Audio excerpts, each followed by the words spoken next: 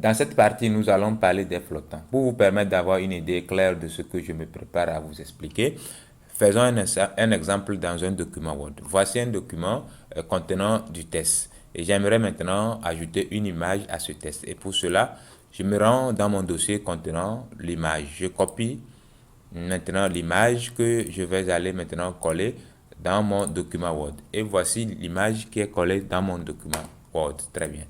Une fois l'image collée, je me dis, ok, j'aimerais plutôt que l'image soit à droite du test, c'est-à-dire de ce côté-là. Donc, pour le faire, je double-clique sur l'image, je prends maintenant ici habillage carré et là, j'ai la possibilité de déplacer l'image comme je veux. Voilà, donc je peux aussi réduire la taille de mon image comme je veux et effectivement, l'image est à droite comme je souhaite.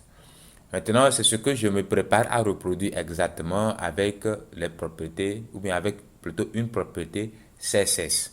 Et donc, en CSS, pour faire ce que je viens de faire dans Word, nous allons introduire une nouvelle propriété float en CSS. Et pour pouvoir appliquer cette propriété, la première des choses, il faut quand même insérer l'image dans votre document HTML. Donc, je vais créer bon, avant de créer le paragraphe, je vais quand même créer juste un paragraphe sans test, mais à l'intérieur du paragraphe, maintenant, je vais ajouter une image.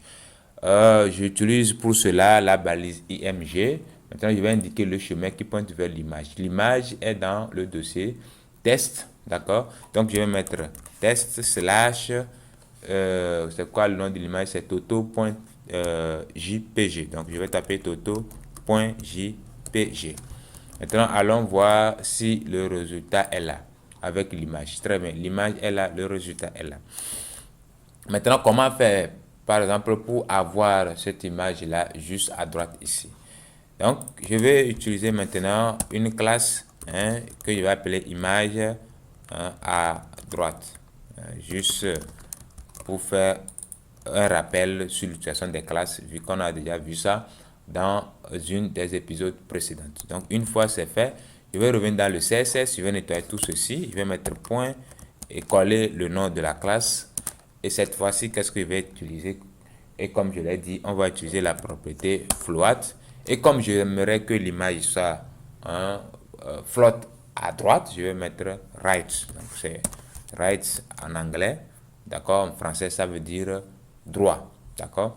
Donc, mon image sera à droite. Donc, on va juste fermer ceci pour ne pas être troublé. Et là, on va aller actualiser. On va se rendre compte que non, ce n'est pas encore effectif. Pourquoi? Parce que nous n'avons pas encore appelé notre fichier CSS dans ce fichier HTML.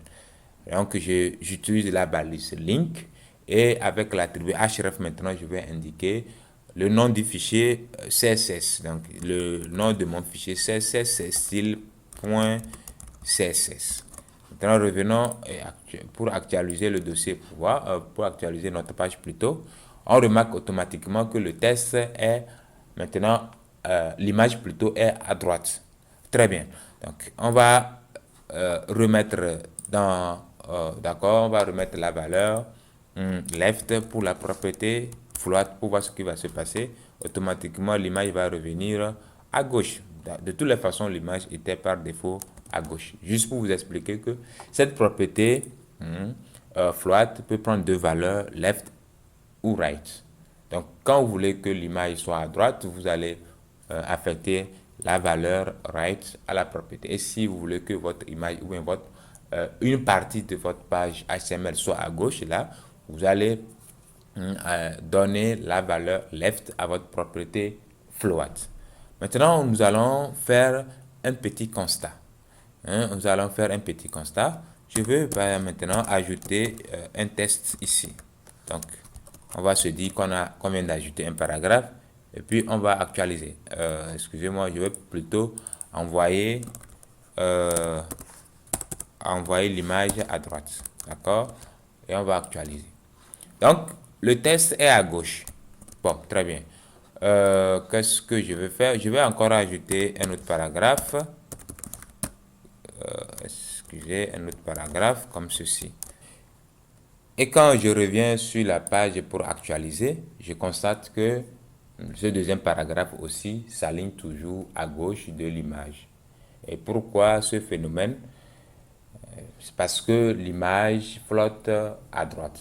Et vous allez remarquer que partout où vous aurez à appliquer un flottant à une partie de votre page, d'accord, le reste de votre page va subir cet effet-là. Si vous faites flotter votre image à gauche, tout ce qui va suivre, hein, la partie qui flotte à gauche sera automatiquement à droite. Et pour notre cas, comme on a fait flotter l'image à droite, automatiquement tout ce qui va suivre, d'accord, se retrouve à gauche. Donc, comment éviter cet effet-là? Donc, pour l'éviter, on va introduire une nouvelle propriété, hein, qui est clear. Donc, c'est la propriété c'est la propriété CSS qu'on va appliquer pour, par exemple, permettre à notre deuxième paragraphe de revenir plutôt au-dessous, hein, de cette image qui flotte à droite. Donc, nous allons tout simplement revenir dans le HTML et ajouter une classe ici que je vais appeler par exemple dessous, tout simplement. Et je vais appliquer la propriété clear en question à cette classe-là. Donc, je mets point suivi du nom de la classe. Et maintenant, je vais appliquer, comme je l'ai dit, la propriété clear qui a la possibilité de prendre trois valeurs. Il y a la valeur left. Donc, si vous faites flotter votre partie du HTML à gauche, c'est-à-dire le left, là, vous allez appliquer un clear left. Donc, automatiquement, tout ce qui va suivre, d'accord, va revenir en bas de la partie en question et dans notre cas, en bas de l'image. Si vous avez fait flotter votre partie de la page HTML à droite, vous allez appliquer un clear right. Là, en ce moment, tout ce qui, d'accord, fait partie de cette partie où vous avez appliqué le clear right va descendre au-dessous, d'accord, de la partie ou de l'image. Dans notre cas, il s'agit d'une image. Ou si vous ne voulez pas préciser s'il s'agit de left ou de right, il suffit tout simplement mettre la valeur both. D'accord? Donc ici, je vais utiliser la valeur right pour la propriété parce que quoi? Notre image flotte à droite. Et je vais revenir actualiser pour voir maintenant le comportement. Et vous allez constater que le paragraphe n'est plus à gauche, mais plutôt en bas de l'image. Je ne pouvais pas utiliser le left. Pourquoi si je mets left, je vais revenir actualiser pour voir est-ce que ça marche, ça ne marche pas. Pourquoi ça ne marche pas? Parce que en fait, j'ai fait, d'accord, ici un float right. Et donc, pour effacer l'effet du flottement, je dois plutôt faire un clear, d'accord, de left, right plutôt, right, parce que j'ai fait un flottant à droite. Donc, si je ne veux pas mettre ni right ni left, je peux tout simplement both qui veut dire les deux. Donc, automatiquement, ça doit normalement effacer les deux, que ce soit à gauche ou bien à droite.